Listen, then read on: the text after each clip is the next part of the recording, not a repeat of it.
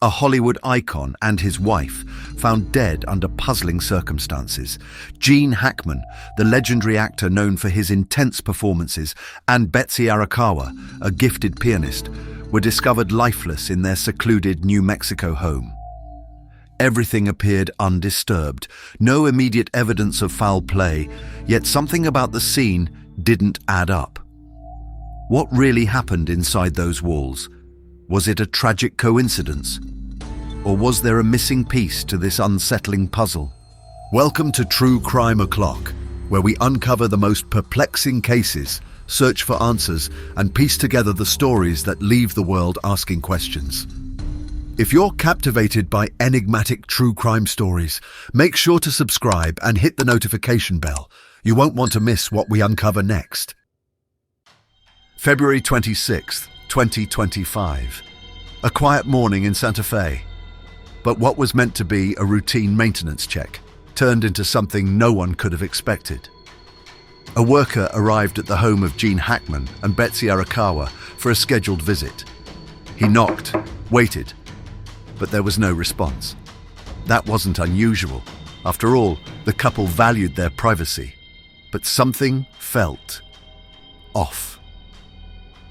The worker circled around the property, peering through a window, and that's when he saw it. Inside the house, motionless, were the lifeless bodies of Gene Hackman and Betsy Arakawa. Authorities were immediately alerted. Within minutes, deputies arrived at the scene, unsure of what they were about to uncover.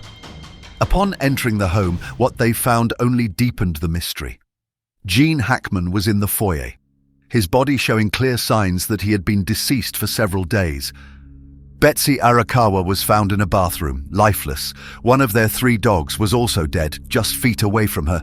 The other 2 were found alive, but the home itself, silent, untouched.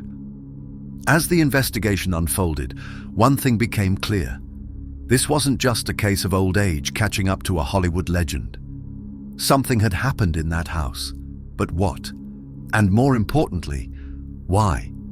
With the bodies recovered, the next step was finding out why. The autopsies would hold the answers, or at least some of them. Gene Hackman, age 95, a cause of death, hypertensive and atherosclerotic cardiovascular disease, a heart weakened by time, years of strain, but there was more. Advanced Alzheimer's disease, a condition that not only affects memory but cognition, awareness, a condition that, more than likely, left him confused in his final moments. Betsy Arakawa, 65 years old. Her cause of death was something far less expected. Hantavirus pulmonary syndrome, a rare and often deadly disease transmitted through exposure to rodent droppings, urine or saliva. Hantavirus, the kind of illness that starts like the flu, fever, chills, muscle aches, but then, without warning, it worsens. Shortness of breath, fluid filling the lungs, and in many cases, death. Investigators pieced together a timeline.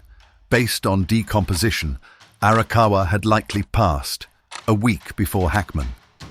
Alone in their home, unaware of what was happening around him.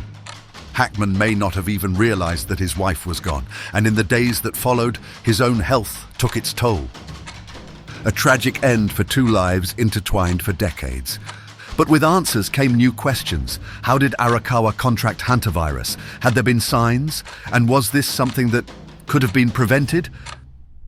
Hantavirus, a disease most have never heard of until it's too late. Rare but deadly, transmitted through something as simple as a breath.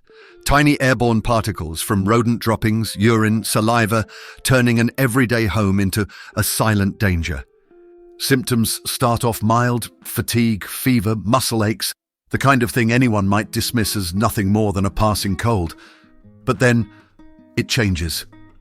The virus moves fast, turning breath into a struggle, the lungs filling with fluid. For many, there's no time to react. By the time it's recognized for what it is, it's often too late. For Betsy Arakawa, there were no signs, no warnings, no one to tell her what was happening inside her own body, and within days, her life was over. Her death raises urgent questions.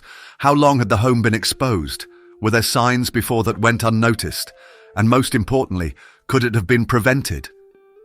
Cases are rare, but the risks are very real. Sealing homes against rodent entry, maintaining sanitation, and wearing protective gear when handling droppings, simple steps that could mean the difference between life and death. 2 lives changed forever. One gone too soon, the other left behind until he wasn't. For decades, Gene Hackman was a force, a powerhouse of talent, the kind of actor who disappeared into every role he played. But time spares no one. And in his later years, Hackman faced battles no camera could capture. Heart disease and Alzheimer's, a condition that slowly erases the world around you, piece by piece. Despite his health struggles, Hackman remained a familiar face in Santa Fe. He was often seen at cultural events, bookstores, local cafes, a quiet observer in a town that had long become his home. But then, something changed. Friends began to notice it first. The man who had once been so engaged with the world was slowly retreating from it. As the months passed, Hackman withdrew further. The once familiar outings became fewer, conversations shorter, memories more fragile. And then came the loss he never fully registered. When Betsy Arakawa passed away, Hackman, already in the late stages of Alzheimer's, may have never truly understood what had happened. Those closest to him believe he may not have even known she was gone, and so he remained in the house. Days passed, then a week, time slipping by in silence. This tragic sequence of events underscores something deeper, something beyond just one man's story. Alzheimer's doesn't just take memories, it takes independence, recognition, understanding. And sometimes it takes the ones we love before we even realize they're gone. To the world, Gene Hackman was a Hollywood icon, a legend. But in Santa Fe, he was something else. He was a neighbor, a familiar face, a quiet presence in a town he had come to love. And alongside him, Betsy Arakawa, not just his wife, but a woman whose own impact left a lasting imprint on the city they called home. For Hackman, Santa Fe wasn't just a retreat. It was a choice, a place where he could step away from the cameras, away from the expectations of fame. It had a kind of magic in it, he once said, and that magic kept him here. Even as he distanced himself from Hollywood, he never stopped contributing to the arts. He served on the board of trustees at the Georgia O'Keeffe Museum, helping to shape its early years, ensuring that the cultural heart of Santa Fe remained strong. But Hackman's presence was only half of the story. Betsy Arakawa, a gifted pianist, a businesswoman, and a champion of the arts, was just as much a part of this community as her husband. She co-founded Pandora's, a home furnishing store that became a staple of Santa Fe's creative scene.